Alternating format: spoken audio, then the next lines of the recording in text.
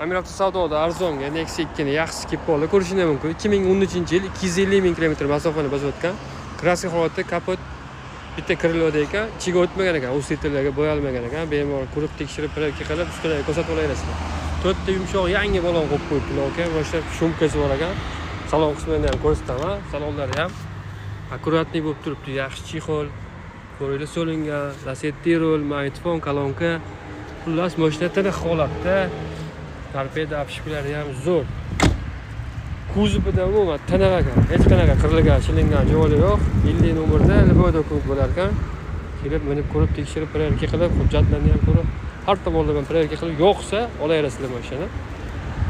Zo'r holatda 2013-yil 250 ming yurgan. 1.6 motorda Lux mashina. Konditsioneri yo'q xolos, super.